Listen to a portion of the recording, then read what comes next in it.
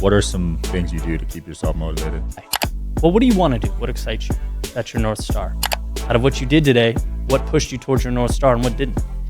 Long story short, when I'm feeling unmotivated, it's an audit of what I'm doing throughout the day and reminding myself, hey, this is where you want to be. Mm-hmm. This is what excites you. This is what lights you up. Is what you're doing taking you there, or are you moving just to move?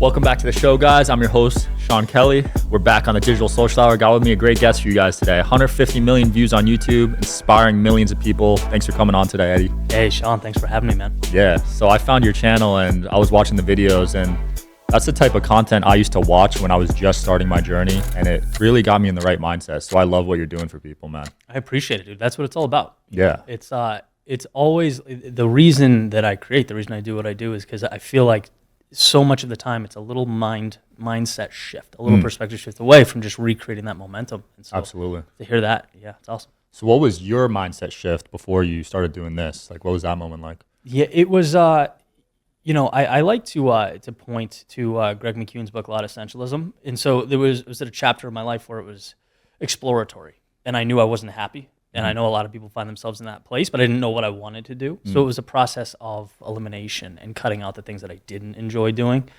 and just trying the creative road. I was taking the video camera out. I was playing guitar, playing shows in Boston, producing other musicians. I was creative writing, doing all kinds of stuff until I found that sort of intersection of, yes, I love this, and yes, it adds value to people around me. And it's like, all in, baby, right? Yeah. There's your business model, there's your passion, all in one place, go.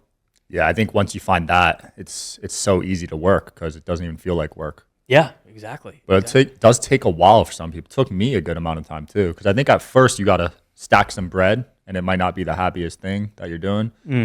But I think once you can get there, then you can kind of find it easier, right? Well, and I'm sure you felt that same way. It's like, yes, getting to that place is where it's exciting, and you can wake up and crush and feel good about it, and there's passion and purpose.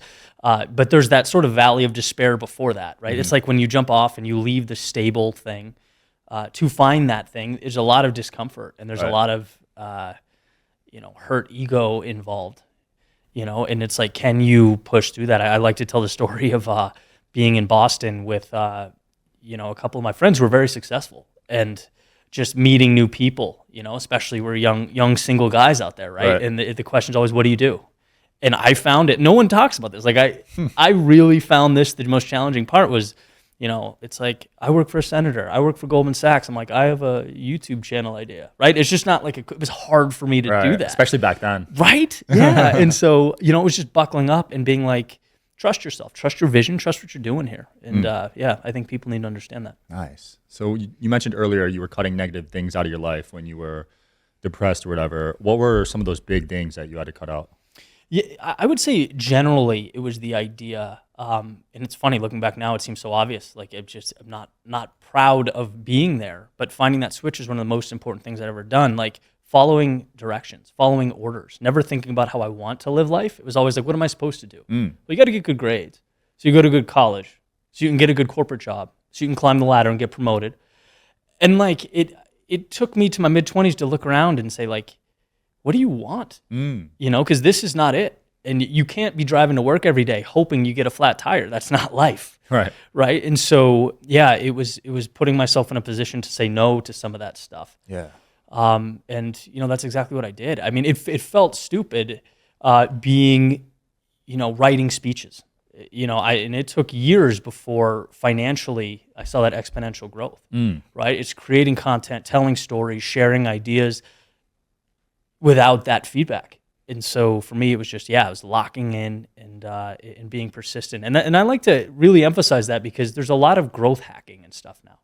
And trust me, I understand the value. Like no one wants to hit their head against the wall forever. Right. But the expectation can't be that you're just going to wake up and crush it, right? There's some dedication.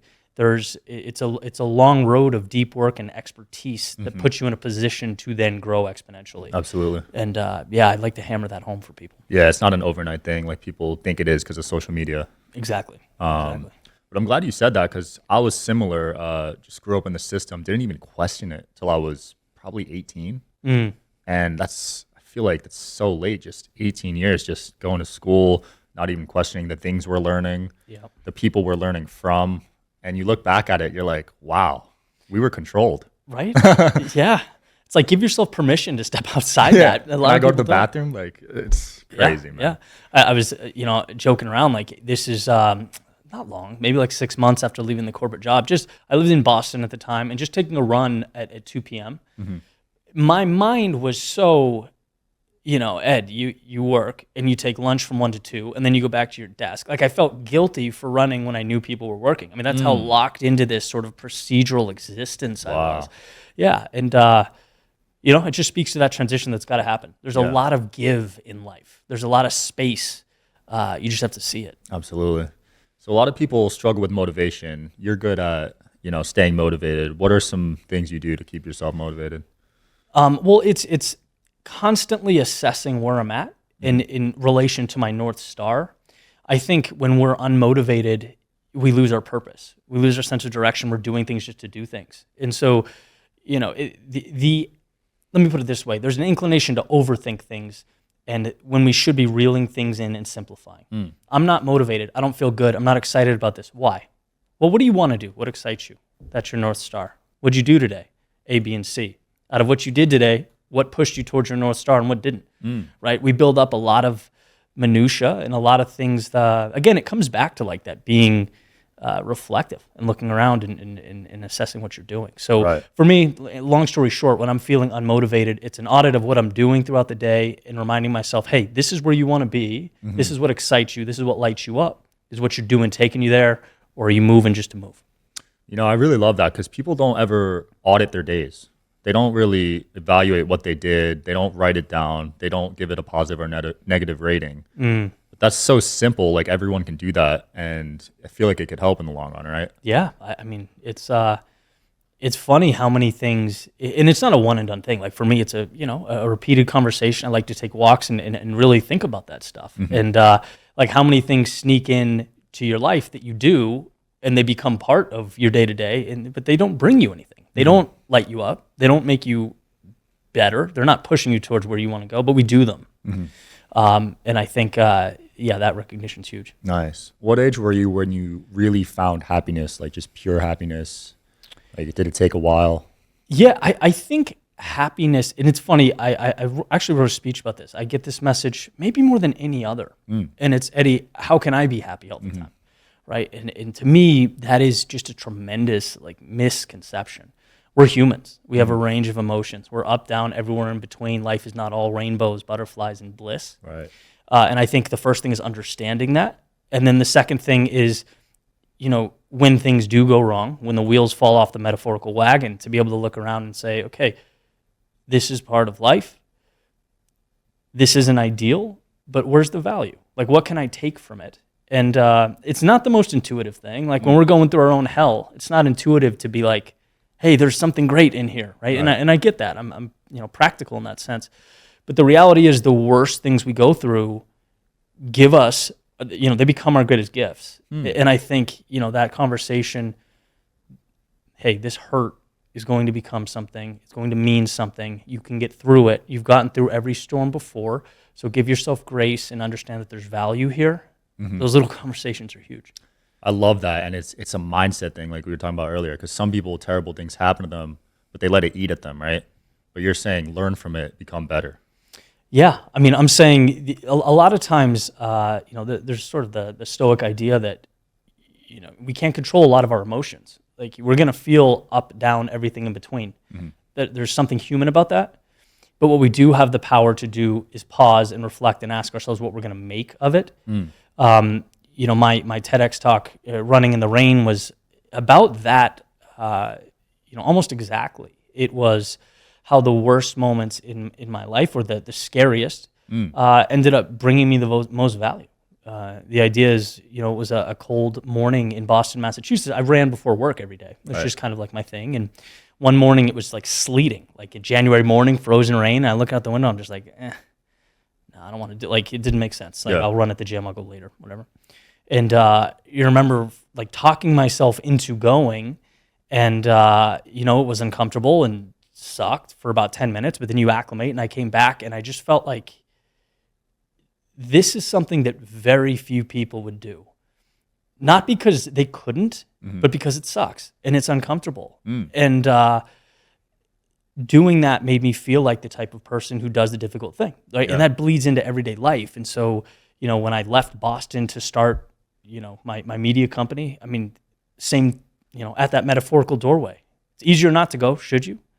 Right? Same thing, speaking. Like, I spoke at the MGM Grand, and it was like, palms were sweaty, like just, and you have it's almost like your mind is trying to find ways to get you out of it, right? And so just by stepping into that, yes, you acquire the skills, but also you teach yourself that you do hard things, and there's value to that. So that day you went on the run, you felt like David Goggins. I did. Yeah, I did. Yeah, it's hilarious. It was, it just seems so trivial. It's like, why would I do this? Yeah. But those things make you over time. Something about running, man. I used to be a distance runner too. And the runner's highs, you just get so much clarity. Yeah. Like, I recommend running for a lot of people it's such a good stress reliever, right? It's a form of meditation. Yeah. It's beautiful. Yeah, there's nothing like running. And I think too, we're so locked in technologically that, it gives us moments of silence and peace that seems obvious, but look at your screen time, right? How often are you giving yourself 90 minutes of straight peace and calm and thought? We don't do that a lot. Not often. Yeah. What's your screen time per day? How many hours? Oh, man, it ranges. I mean, the caveat being I do obviously a lot of work from my phone. Right. So the consuming hours versus the working hours are... That makes me feel better. Yeah. Because I'm at like 6, I think. But I'd like to tell myself I'm probably working for about 5. Yeah. Yeah. Okay. So that makes me feel better. Yeah, I mean, that's, responding to DMs, emails, creating content, editing that's all content. work, right? It's all in that box. Absolutely. So meditation, I know you've spoken about this. What role does that play in your life? For me, and it's funny, I understand meditation has a very specific meaning to specific people. It's had a lot of flexibility to me. Sometimes it is going outside on the porch and, just breathing for 15 minutes. Sometimes it is a run and just being at peace with myself. Sometimes it is, journaling. The overarching theme is you need to cut away from the fast pace of your day-to-day and be alone with your thoughts. Right. Yeah, I mean, as long as that's happening in some capacity, that's the aim. Yeah, I agree. Have you tried the Wim Hof method yet? I started doing ice baths. Ice baths. Yeah, nice. Yeah. There's a place that opened up near me called The Space, and they have like little tubs. You just hop in. How many sauna. degrees is it? It ranges. It's funny. The earlier you go, the colder the water is. Oh, yeah? Yeah. But I think between 38, and I've seen as high as 55. 38 is low. Yeah. Most people do like 50, I think. No, it's for the most part, it's in the low 40s there. Okay. Yeah. Damn, yeah. it's cold. And how many minutes are you in there? 5 or 6. Yeah. It's all mental, man. It is. Yeah. It is. It's like the biggest thing that taught me is you just get in. Yeah. Because it's so unbearingly uncomfortable that if you're touching it or trying to get in slowly, you'll talk yourself out, right? It's worse. So just it's jump in there. You just set the timer. The first 20 seconds are the worst, right? And then probably, yeah. And then the end, when you start shivering, that may be more mental discomfort than anything else, but when you are aware that your body's shivering, something about that creates panic. It's like a fight or flight almost. Exactly. Yeah. But that's actually the part that's good for you, the shivering. Yeah, that's what I've heard. Yeah, so they say not to wrap yourself in a towel or anything. They say just to wait it out. Yeah. And that's usually what I do, the sauna for about 10 minutes before and then pop right in. Yeah. Going to the YouTube side, I mean, you've built an incredible business there, over 150 million views. I mean, how did you scale to that level? Consistency, brother.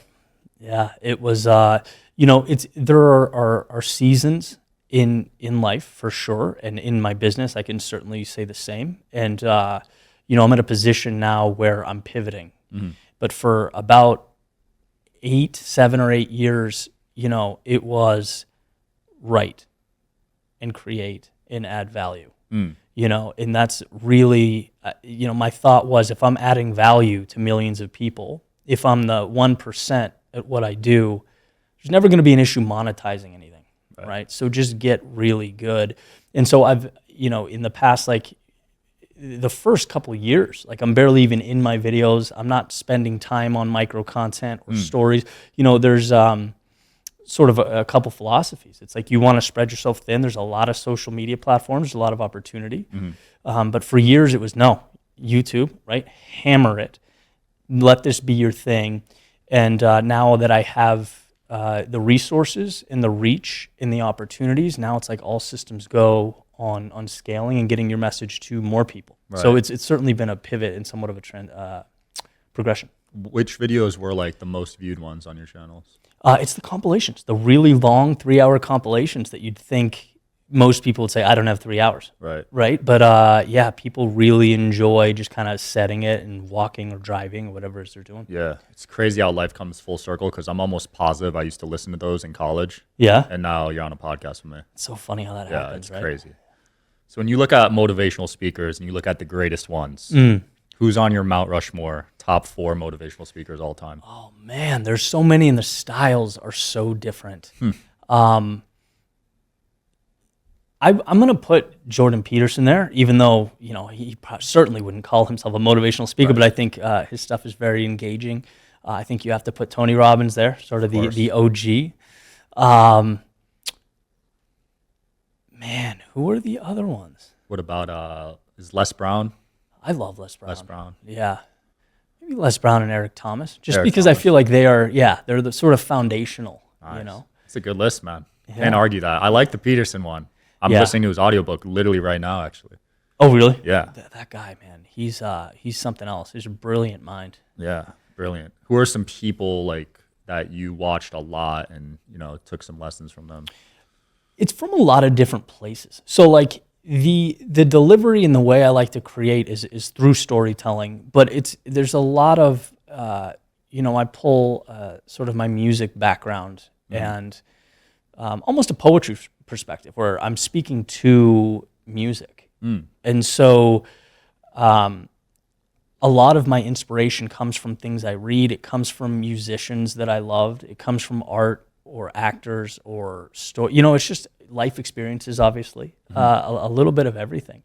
There's an example. When I was a kid, I listened to Something Corporate. And so the singer in that band it seems like every time he finds stability and success in his band, he sort of broke down and moved on to another project. And I'm like, that's so intriguing. But then, as time goes by, it's like, imagine the courage to build something and say, I've changed. This is no longer the right size, so I'm going to adjust and move into something that feels good for me. And the courage to continually break down and rebuild. So like that would be a piece I would take from him. Right. Or you can point to anybody really and find the value in what they do and their unique take on the world and share a story on that. So you were big on school growing up. Are you still big on learning these days? That's something I feel like a lot of people stop doing after college. Yes. I think the landscape there has changed dramatically. Yeah. It's funny, like college definitely for me, it was one of the most important things I've ever done, and that's for 2 reasons. It's because of being on the rowing team there, D1 Athletics. Oh, nice. Yeah, I thought I worked hard. I had no idea till I did that. And then writing, like learning how to write. As a political science major, so you really learned how to be analytical and put your thoughts in a way that I never would have done prior to that. So it was valuable for me, but as time goes on and the resources are out there, like with YouTube and Audible and all these podcasts, we're in such an incredible place, information age, where you can have a curiosity and the means are there to just 10x it, 20x it, delve fully into that curiosity. So to me, I think what education means has changed. It's not necessarily a degree, now it's what are you willing to commit into reading and learning and watching the videos and listening to the podcast. Absolutely. Yeah. If I was running a university right now, I'd be very worried. Yeah, you wonder, right? You wonder. They got to be hurting, right? Yeah. I see application rates are going down at Ivy Leagues. I see like colleges slowly starting to fizzle out almost. It makes sense intuitively. Yeah. It's just so expensive. Especially with the prices going up. Yeah. Did you pay like $40K a year or something crazy? Yeah. Yep. An exorbitant amount. Yeah. Yeah. So what was that like having debt at a young age? Because people are struggling with that right now, and they're living with their parents. It's super stressful. Yeah, it was. I mean, it was. I had a job right out of school for about 4 years before I left. So, when there was that piece, it was something that was manageable. Okay. Right? And yeah, it wasn't until leaving that space and not having that income and really betting on yourself that's when it's like, you realize how beautiful baseline can be. Right. When you don't when you're worrying about stuff you never had to worry about before. So, yeah, that was a good perspective shift for sure. So was that transition from that 9-to-5 corporate lifestyle you did for 4 years to entrepreneur pretty difficult on you mentally? Oh, it was tough. Yeah. I mean, it was some of the most rewarding experiences, put me at the table with some of the most incredible people in my life, but also some of the most difficult, lonely. There were times, where I was self-defeating. It's just, it's altering the way the mind sees work, where it's you exhaust energy and you get value back, right? It's like an exchange. I'm like, well, what do you mean? Now I can go out on my own. I can spend 3 weeks on a project, think it's going to change the world, put it out, and no one cares. That's a hard thing to wrap your mind around. Right. But that's what you have to learn to endure, and every entrepreneur knows that. You're playing the long game. It's not personal. Sometimes you swing and you hit a home run. Sometimes you strike out. Yeah. But yeah. Dude, I'm glad you mentioned the lonely, because that's not really talked about. But that first year I started, man, I didn't talk to anyone. I forgot how to talk. Yeah. I literally locked myself. I'm not even kidding. I locked myself in my dorm room, was on my laptop for a year straight, 18 hours a day, 7 days a week. When I went out back into the social world, it was so bad. I had social anxiety. It eventually got to agoraphobia. Couldn't even leave my house. Wow. So I'm glad you mentioned that it's a lonely spot, because it really is. So I encourage, people in entrepreneurship to get that network of people around them. Yeah. And that's incredible that you overcame that. I mean, that's exactly right. In a way, you have to. It's about sacrifice, and there are things, the extent to which people do varies, but you can't have that sort of abundant social life. And so I think it is having the right people in your life and having that line of communication. Yeah. Also, it becomes unrelatable in ways and there's nothing wrong with either, but someone that comes home after a 9-to-5 is not going to understand the mental duress of not having that framework. Yeah. So having buddies in a group chat or, just a conversation where you can sort of be there for each other and work each other through that, it can be huge. Yeah.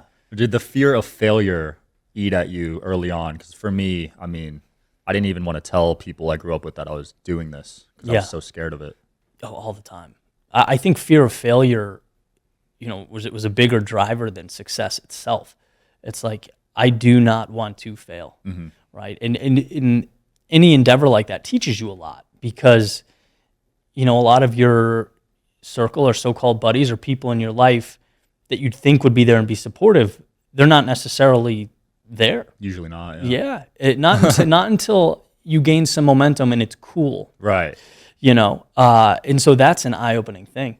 And, Very. And you have to be ready for that. Yeah, I don't understand the science behind it. It must be something innately in us where we get jealous of our friends, and it's like you have to shift your mindset almost, right? How freeing is that? Like when you realize it's not a zero-sum game. Like when you root on even the people, your competitors, the people in your niche. How can I help you? You're doing amazing. Like it always comes back. And there is that built-in zero-sum sort of intuition that their win means my loss. And that's just, it couldn't be further from the truth. Absolutely. I mean, it took me a while to shift, I think, because I grew up in an environment like middle class, upper class, where it's kind of egos at play, and, people got jealous all the time. But yeah, once I made that shift, really changed my life. And, the universe rewards you when you connect people together, do good things for people without expecting anything. Yeah, well, that's exactly it. Yeah, I mean, you guys are in the group chat I just made of all the previous podcast guests. Most people would charge money for something like that. But I just did it because I love connecting people and bring value to people. You know what I mean? So I encourage more people to think that way. Yeah, it's a beautiful thing. Like learning from people and their unique skill sets, but also, to our previous point, just being there, just hanging out, just having someone to chat with about something very specific. It's a really cool thing. Yeah. So what are you passionate about these days? I know you said you're kind of shifting from YouTube, right? It's not that I'm shifting it, I'm shifting my approach. So, really, I have a team in place and scaling and taking some of that information, putting it on a podcast. There's 4 new YouTube channels that have come out in the last 2 weeks. So it's, it's sort of an all systems go thing where, I feel like I'm sort of at that point. Scaling the media company has been really huge and really rewarding. I've enjoyed that. Started a new apparel company called Levels, which has just been a really fun project so far as well. First drop, the Live Inspired drop. And, the message, it ties into a lot of what I've talked about before, where it's like, it's very easy to simply exist, to do what you're supposed to do. And that's not the goal. The goal is not to live, it's to live an inspired life. There's going to be more social media content tied to that, monthly challenges. We did something called the Broken Marathon, and basically it's every hour for 24 hours you run a mile. And just putting yourself through these sort of mental stressors that spit you out the other side a different person. So it's been a blast. Every hour, run a mile. So you're running 24 miles in a day. Yeah, and the interesting thing is, like, the mile itself is not that brutal, right? Because you're getting 53, 54 minutes in between, but it's between midnight and 5 a.m. being stiff, and stagnant, and cold. Your adversary's not what you think it would be. It was a very weird experience. Wow, if you ever do it in Vegas, I'm there. I want to try something like that out. Yeah, hold you to that. That'll be fun. All right. Thanks so much for coming on, Eddie. Anything you want to close off with? Hey, thank you for having me. And feel free to check out the pod, Your World Within. And I'm on YouTube as well. And the new launch of Levels, lvls.shop. Let's go. I'll put it in the description. Thanks for watching, guys, and I'll see you next time.